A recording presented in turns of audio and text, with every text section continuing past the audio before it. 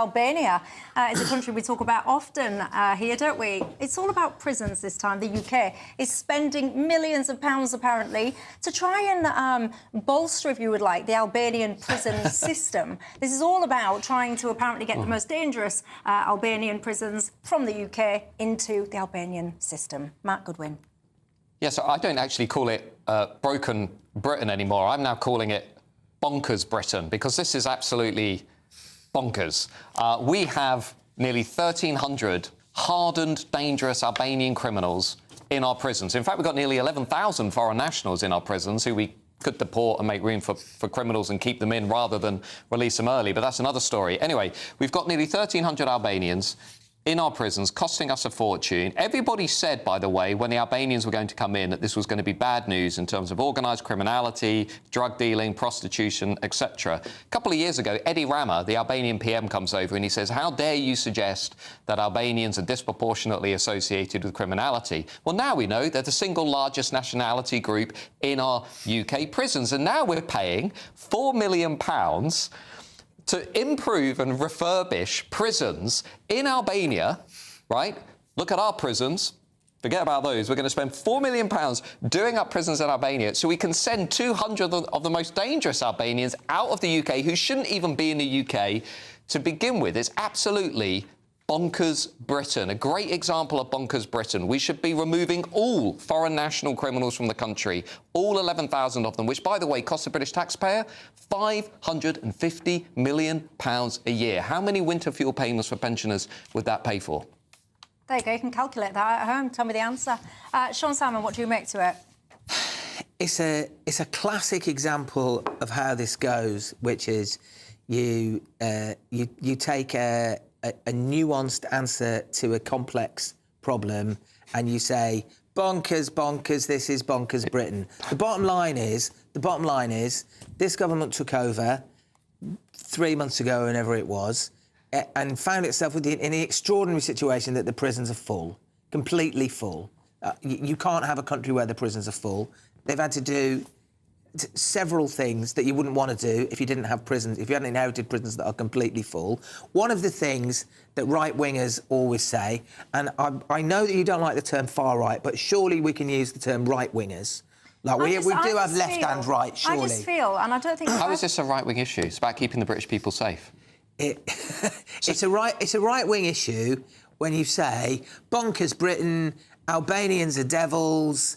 I don't think I ever said Albanians are devils. I said they're disproportionately more likely to commit crime. Like devils? What?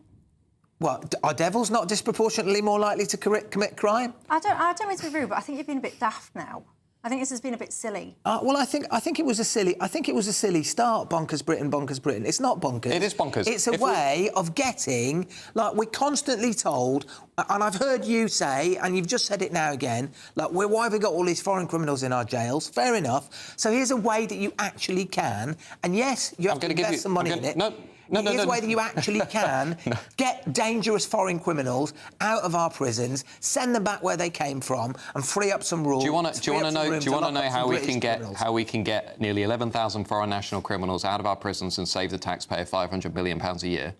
We can leave the ECHR for a start. We can start putting the safety and security of the British people ahead of international and European courts, and we can start saying that if we don't have enough space in our prisons, we're not going to spend £4 million of taxpayers' money doing up prisons in Albania. We're actually going to deport the 11,000 foreign national criminals in UK prisons and create space for criminals here in the UK and keep them in prison. But you can't just deport people just because they are originally Albanian, as you say, because of international law, because of British law. And you say we could leave the ECHR, but we haven't left it, whereas this thing is going to happen straight away.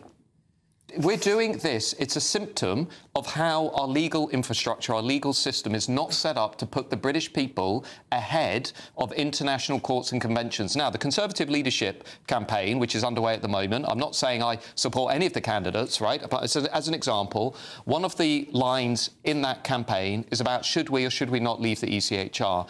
The deeper issue underneath this question about why are we giving £4 million to Albania is why can't we deport foreign national criminals who pose a serious danger to British people, why can't we simply remove them from the country, send them back to a safe country like Albania, without going through this tortuous process of having to spend £4 million doing up prisons in Albania? The answer is we need to exit the ECHR. We need to reform the Human Rights Act, which Tony Blair brought in, so we can fully control our own national community. This isn't rocket science. I don't think the Conservatives will fix it, by the way. I don't think the Labour Party will fix it. I do think there is a party that is advocating withdrawal from the ECHR. That's the Reform Party. We know that. That is one route into which we can get out of bonkers Britain. And I call it bonkers Britain because it is bonkers to most taxpayers that we are paying this amount of money to get criminals out of our country. So the bit that's missing is the notion... There's nothing missing. Well, I'm about to tell you what's missing. The bit that's missing is the notion that Britain gets anything from being a part of a whole global legal community. You have to have law between nations. Nobody is saying we don't have laws. No, we can just have a British Bill of Rights, or we could have an alternate legal regime which keeps the British people safe. Why are the small boats still coming? You either didn't hear or didn't listen to what I said. I am listening. You have to have... It's the same old argument. You have to have law between nations. You have to have international law. So why? So why is Australia, New Zealand, Canada? Why aren't they adhering to the ECHR?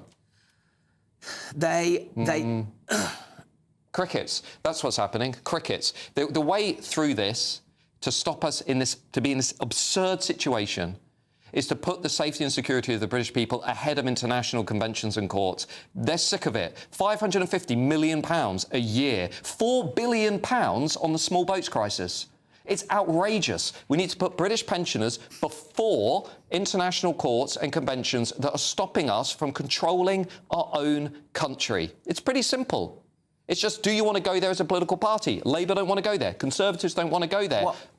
So I know why you think Labour doesn't want to go there. Why do you think the Conservatives don't go there? Why do you think... Because they're no longer a proper Conservative party.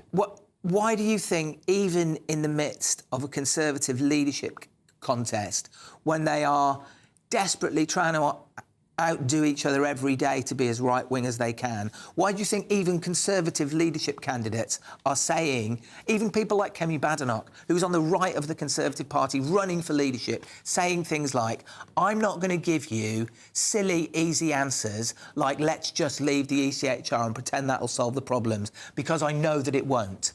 Why do you think that is? Because they're Tories. There you go.